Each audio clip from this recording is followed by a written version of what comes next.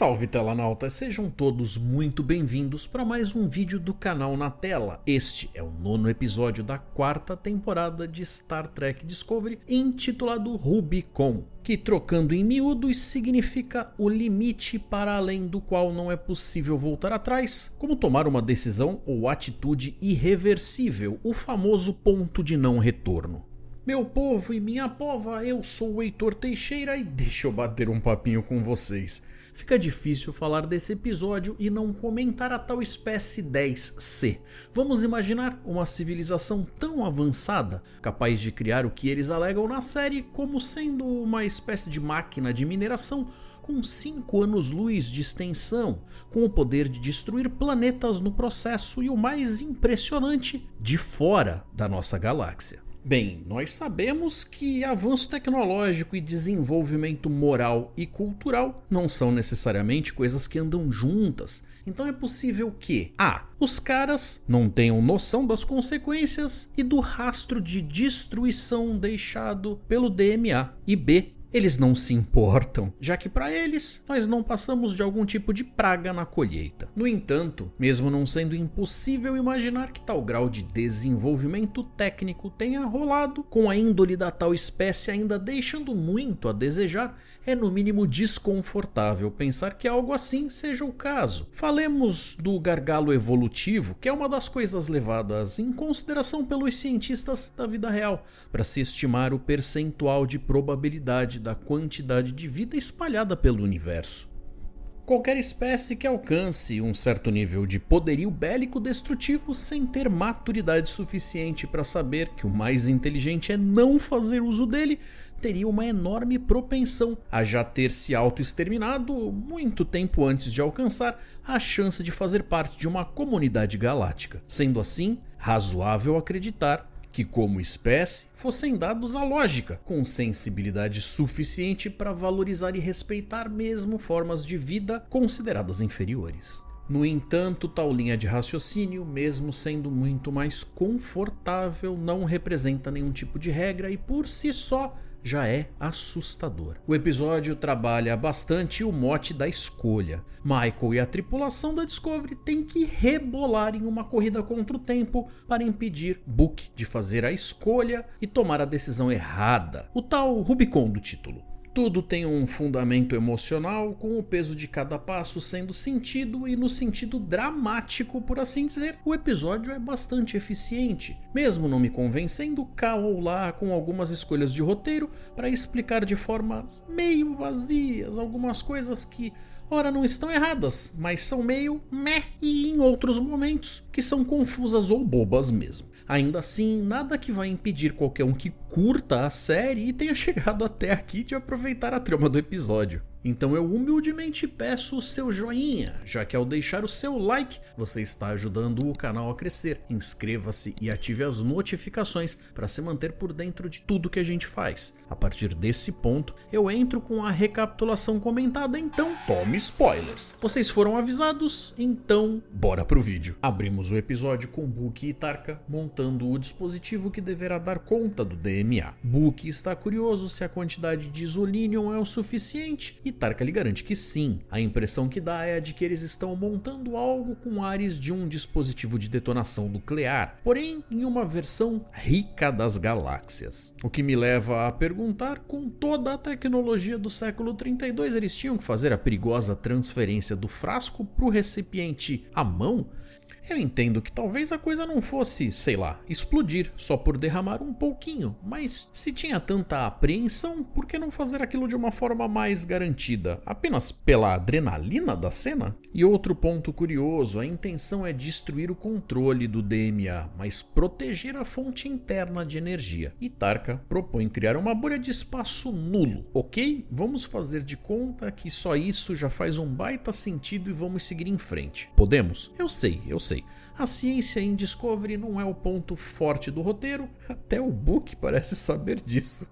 Na cena seguinte, descobrimos que a Michael e o Book têm mantido contato. Ela cita que a mensagem é encriptada e por isso não pode ser rastreada, o que também não faz 100% de sentido. Ela não deveria poder ser lida por alguém que a interceptasse, mas o caminho pela rede de comunicações ainda deveria guardar um registro de cada ponto pelo qual a mensagem passou. Mas enfim. Book, mesmo de posse da informação sobre o DMA ser algum tipo de aparato de mineração, cuja destruição é mexer em vespeiro, e que a destruição do seu planeta tenha sido provavelmente apenas dano colateral, ainda quer alcançar alguma satisfação, um tipo de punição à espécie 10C. Isso tá fazendo sentido pra vocês? Olha só, você é uma formiga e quer se vingar de alguém que pode passar um trator por cima do seu formigueiro. Existe amor entre os dois, a Michael e o Book, mas isso não será o suficiente para impedir de a Discovery ter que ir atrás do cara de forma dura. A Michael vai conversar com o Almirante Vance. Talvez o mais indicado para se ir atrás da nave do Sr. Booker fosse alguma outra nave do século 32 que tivesse características mais compatíveis com esse propósito, mas a série é da Discovery e ela é a única que tem um motor de esporos ativo no momento. Mas tem uma pegadinha aí. A presidente e o almirante temem que a Michael, talvez, quem sabe, possa estar muito envolvida com o Book para tomar a decisão correta no final. Engraçado, ela é tão centrada, não sei de onde eles tiraram essa ideia. E é para isso que é trazida de volta a comandante Nan, a Barzan. Lembra dela? Ela vai junto com a Discovery para caso a Michael resolva embaçar. Ela tem ordens e autoridade para assumir o comando. Ela se transferiu para a segurança da frota estelar e por ser uma Barzan, ela põe o dever acima de tudo. Quanto à tal missão do cofre das sementes, essa parece ter sido resolvida. E olha só, os respiradores também receberam um upgrade. É bom ter o Saru presente na temporada, mas eu não posso evitar de pensar no quanto esse personagem, que na minha opinião é o mais interessante do grupo, é tão mal explorado desde o começo da série. É responsável por boas cenas e situações cá ou lá, mas sempre me parece tão subutilizado, tadinho. Ele faz um DDI para T'Rina pedindo que ela lhe ajude com uma meditação para acalmar a mente. Eles já fizeram uma dessas em Nivar e ele gostaria da companhia e da orientação dela nesse momento. Eles são muito fofos, eu curto a química presente ali. E de propósito ou não, essa chamada acaba não resultando no objetivo declarado, mas serve como uma ótima desculpa para uma proposta de encontro presencial. Saru, cachorrão, estamos de olho. E eu não sei se é só impressão minha, mas ele parece até ter ficado mais animadinho depois disso. Se eu tivesse no lugar dele, eu também ficaria. Tava com saudade do pessoal da ponte? A comandante Nan chega com a Michael e é recebida pela Patotinha, que está realmente feliz em vê-la. Ela até tenta ser discreta quanto ao motivo da sua presença, mas a Michael faz questão de contar pra todo mundo. Olha galera, ela tá aqui de X9, dedo duro do cacete, essa vendida. Brincadeira.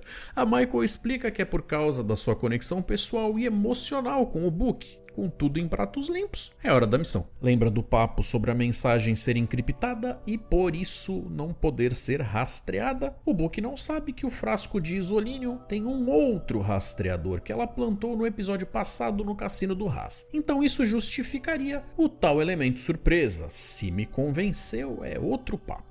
Ambas as naves têm motores de esporo, é uma corrida contra o tempo e a série curte ser dramática. Vamos ver então o que a ação nos reserva. Alerta negro e agora tem a camuflagem ao melhor estilo Klingons e Romulanos. A coisa começa com aquele clima de andar na pontinha dos pés para não fazer barulho. Shhh, silêncio. Nave encontrada, é hora de planejamento. Pra sala de prontidão, galera. A nave do Book conta com uma barreira que evita que se teletransporte direto para lá, mas dá para entrar se esgueirando por uma portinhola se uma nave auxiliar for até lá na maciota. Tá bom. Os escolhidos para essa missão a la Metal Gear são Saru, Dr. Colber, o comandante Rhys e o comandante Bryce, que vai pilotando. Saru usa lá de uma terminologia técnica para justificar a aproximação desapercebida. O Dr. Colber está indo para apaziguar a situação.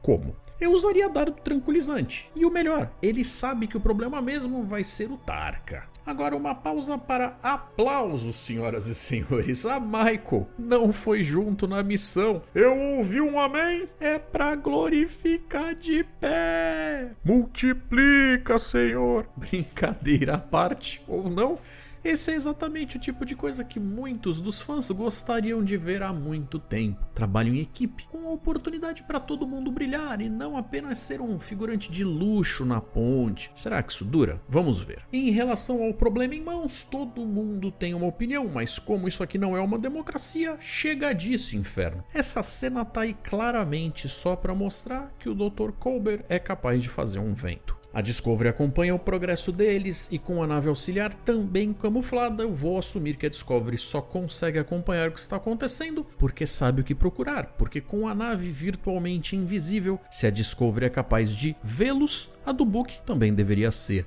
ou ao menos em teoria. A Discovery é uma nave do século 23, mas recebeu trocentos upgrades e a nave do Book é para todos os efeitos uma nave civil. Elas não necessariamente têm as mesmas tecnologias, mas eles também não se aprofundaram nesse tópico, então segue o baile. E, para surpresa da audiência, Tarka instalou, veja você, contramedidas. É só eu falar. Confusão, nervosismo e agitação. O resumo da cena é: deu ruim. A galera da nave auxiliar tá em perigo de verdade e o Book tá bem chateado disso não ter sido comentado antes. Ele não quer afinal que ninguém se machuque. O plano é então soltar um pulso eletromagnético para ajudar a retardar o avanço das contramedidas que são autônomas e estão lá para destruir possíveis obstáculos.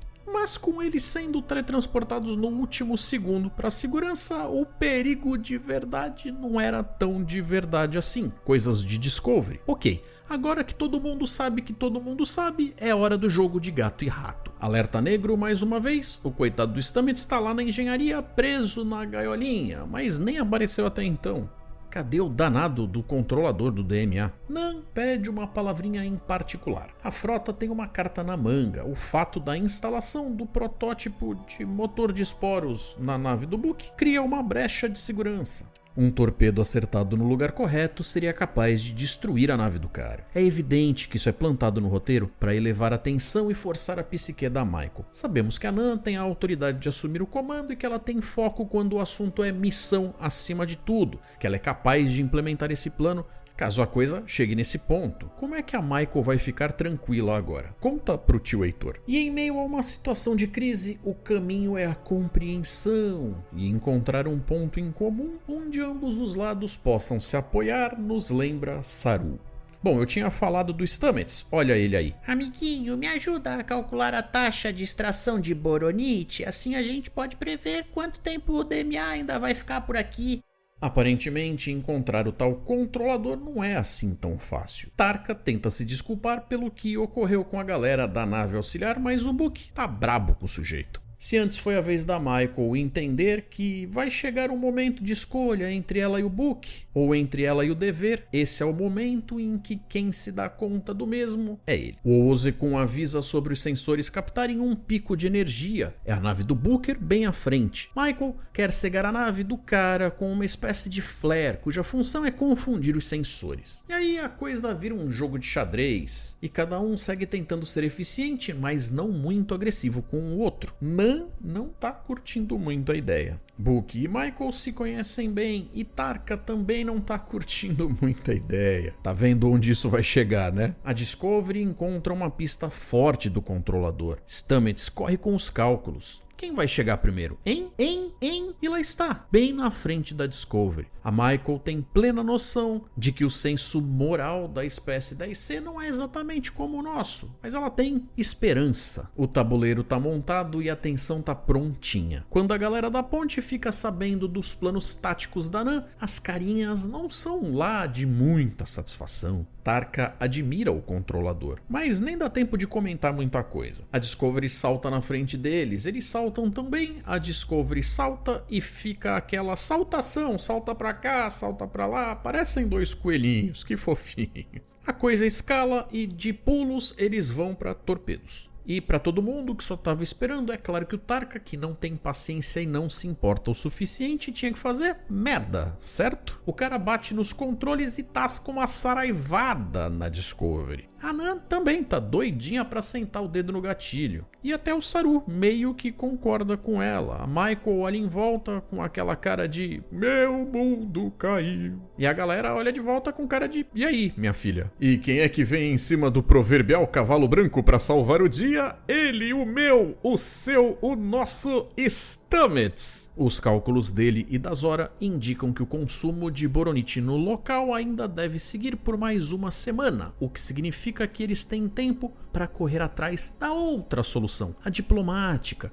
antes do DMA saltar e pôr outra região em risco. No entanto, Book não atende o telefone para receber a notícia. Que triste. Michael e Nan vão mais uma vez trocar aquela conversa franca. Agora eles têm motivos para insistir em não destruir a nave do cara, mas se a senhorita Burnham não convencer a Nan a esperar, isso será em vão. Michael quer tentar se aproximar e deixa as coisas nas mãos da oficial de segurança. É um salto de fé. E lá vai ela com outra navinha. Book pede por identificação, os dois começam a bater papo, tipo dois motoristas parados no semáforo. Ela conta sobre a previsão da mineração no local e pede por uma semana para a federação fazer lá o seu primeiro contato. Tanto o Vance quanto a presidenta meio ausenta Relic aprovaram isso. Se as conversas e negociações não derem certo, a patota vai aceitar e dar suporte para o plano dele e do Tarka. Pelo menos essa é a promessa. O tal do Tarka, por sua vez, evidentemente não fica satisfeito. Pode ser uma mentira, ele diz. O cara não esperou uns minutinhos, vai querer esperar uma semana. Sabe criança? Uma semana antes do Natal, quando sabe que o presente já tá comprado? Bem, é isso. Book aceita e o Tarka cita um conceito do mundo das finanças, Expected Utility, que aconselha um investidor cujo retorno na aplicação seja incerto a ir com a escolha de melhor custo-benefício. Fica bem claro que ele vai seguir pelo caminho do egoísmo. Pois é, porque o cara ativa lá o gatilho.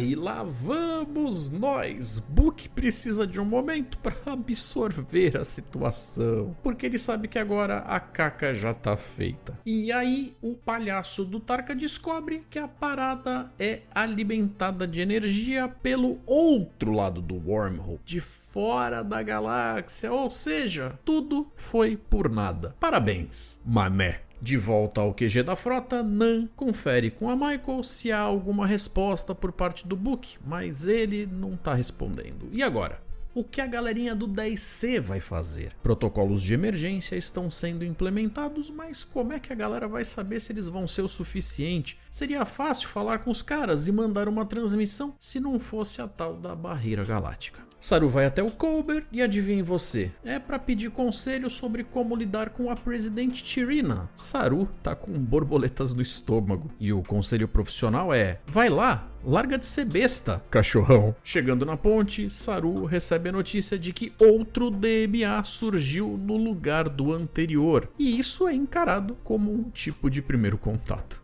Nesse episódio seguimos então cozinhando o mistério em banho-maria mais um pouco, e quem achou que hoje iríamos ter alguma surpresa contundente? Bom, quem sabe mais em breve. Discovery é assim, uma casa construída tijolo a tijolo. Como sempre, deixem as opiniões de vocês nos comentários. Estão curtindo a quarta temporada mais ou menos que as anteriores? Para mais notícias, confira o site Sci-Fi do Brasil, sempre atualizado com novidades. Não esqueça de conferir os lançamentos recentes que eu vou deixar como sugestões para vocês aí na sua tela. Um forte abraço, galera, e até mais!